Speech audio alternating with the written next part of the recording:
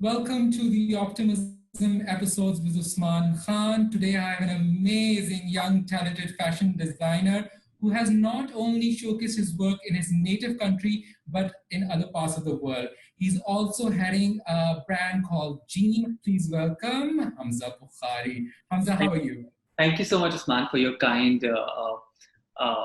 Introduction. Thank you so much. I'm very well. You tell. How have you been?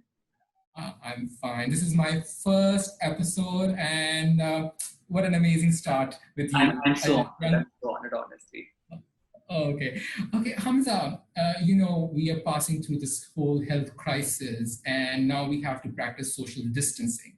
So, as a fashion designer, how you're being productive, both personally and professionally, while maintaining social distancing?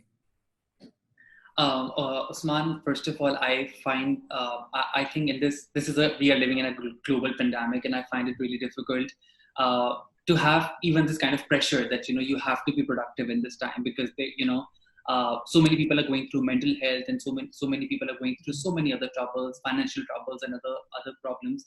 So there are days when I feel productive. There are days when I just don't feel productive. Since our offices were not working and practically everybody was at home and trying to figure out what to do. We were just taking one day at a time. But now, as you know, especially in Pakistan, things are easing up, and we are at least we still know what is happening around the world. We still have some kind of an idea.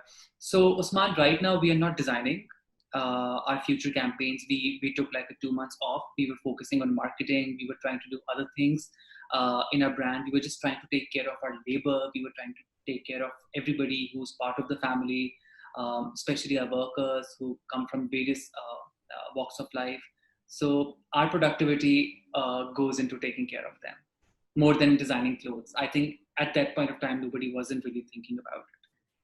Yeah, but eventually you have to start designing because the life has to go on. But of course, keeping the all the protocols of social distancing, we have to be innovative. The purpose of this platform is that we learn from each other. We have people from different careers. They learn from someone from Pakistan, from Nairobi, or from Paris or London, Yeah, or someone from Doha. yeah, So this is what I want to do, and have an environment of optimism, because we are humans. We have to be resilient, and I think we have to survive this, and we will, of course, and we have to keep on be innovative. yeah. So what would you suggest to people in your field, how they can be productive or innovative, that they keep on running their businesses so that people can have their jobs, intact? Usman, it's very important to be relevant with time. Maybe things were different 5 years ago or 10 years ago.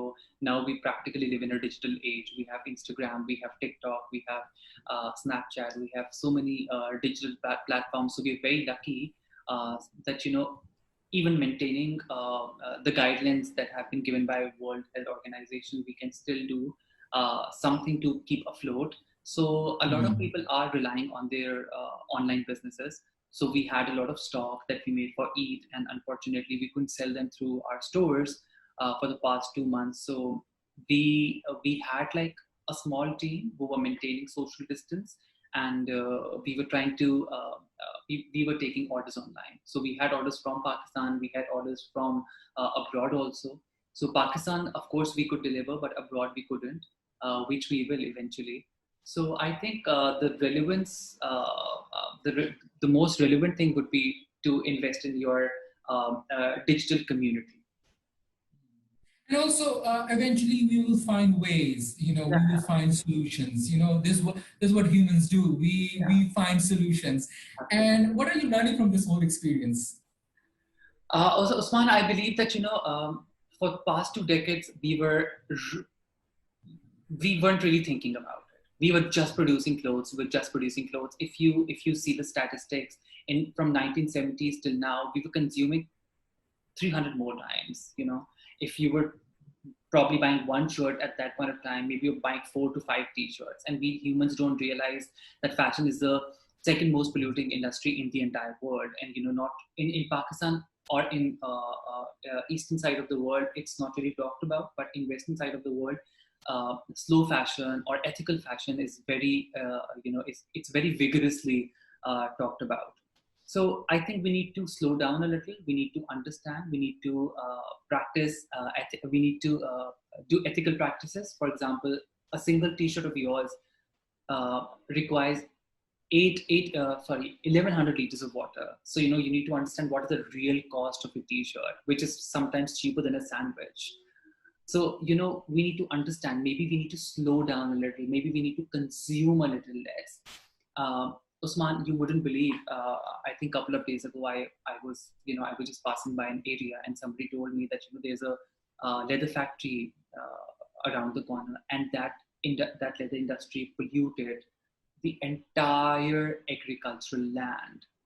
And that really broke my heart, because all the buffaloes and the cow were really drowning at it, and they had these white watermarks, and eventually it's just been a month, I think. But in just mere 1 month, I think the entire crops will be dead. So you need to understand, you're making leather, you're just making leather goods, but in a longer run, what are you doing? You're just polluting the entire planet. So I think we need to be more responsible. This is the time when we actually think more responsibly.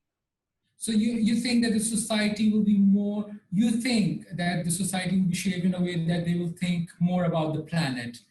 But I have other views. I think we, as humans, we forget very quickly, but there will be phases.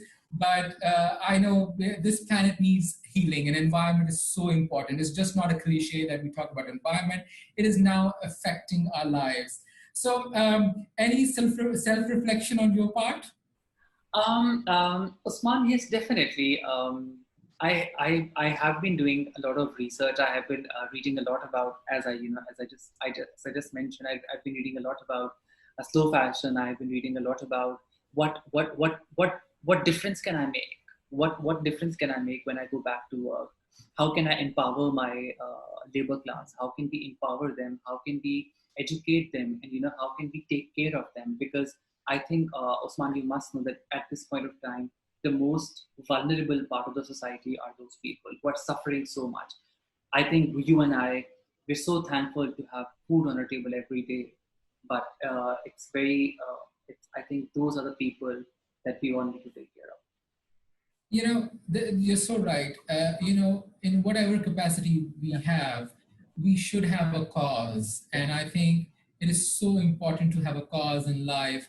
And anything at the end, would you like to say anything to the viewers? Anything inspirational? Already you have said a lot of inspirational things, but at the end, would you like to say something to the viewers? I will only say that, even if you could just, maybe if you could just take care of one person, maybe if you know a family and if you could in your capacity, could just educate one person, you will change the entire life.